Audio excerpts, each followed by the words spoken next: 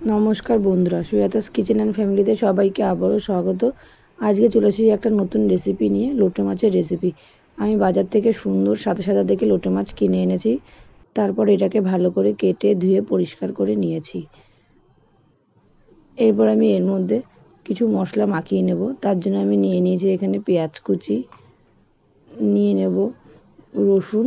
রসুনটা আমি বাটিনি, থেতো করে নিয়েছি, তাহলে রসুনের গন্ধটা থাকবে।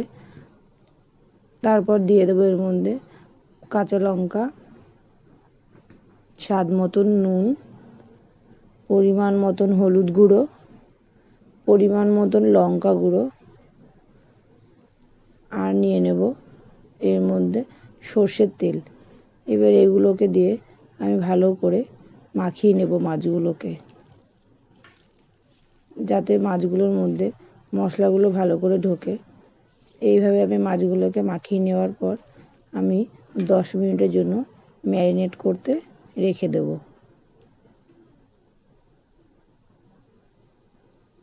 এরপর কড়াইয়ের মধ্যে দিয়ে দেবো আমি সর্ষের তেল। সর্ষের তেলটা যে একটু গরম হয়ে আসবে, তারপর আমি এর মধ্যে দিয়ে দেবো গোটা জিরে। সর্ষের তেলটা আমি এখানে একটু কম পরিমাণ নিয়েছি, কেন মাছে আগের থেকে অনেকটা সর্ষের তেল মাখিয়ে রেখেছি। তারপর আমি দিয়ে দেবো আগের থেকে ম্যারিনেট করে রাখা লোটে মাছগুলো। লোটে মাছগুলোকে দিয়ে একটু নাড়িয়ে নেব, কেন বেশি নাড়ালে লোটে মাছ খুব নরম হয়, তো ভেঙে যাওয়ার ভয় থাকে। এরপরে মাছগুলোকে আমি 10 মিনিটের জন্য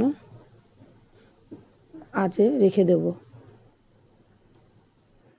এরপর আস্তে আস্তে জলগুলো কমে গিয়ে তেল উঠে এসেছে ওপরে। দেখুন বন্ধুরা, রান্নাটা আমার দেখেই মনে হচ্ছে হয়ে গেছে।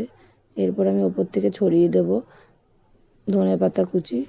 দেখুন রান্নাটা আমার কি সুন্দর হয়েছে, আর কি সুন্দর তেল বেরিয়ে আসছে, তাতে মনে হচ্ছে রান্নাটা আমার হয়ে গেছে। আর এটা গরম ভাতে খেতে দারুণ লাগে। যদি আমার রেসিপিগুলো আপনার ভালো লাগে, আমার চ্যানেলটি সাবস্ক্রাইব করে নেবেন।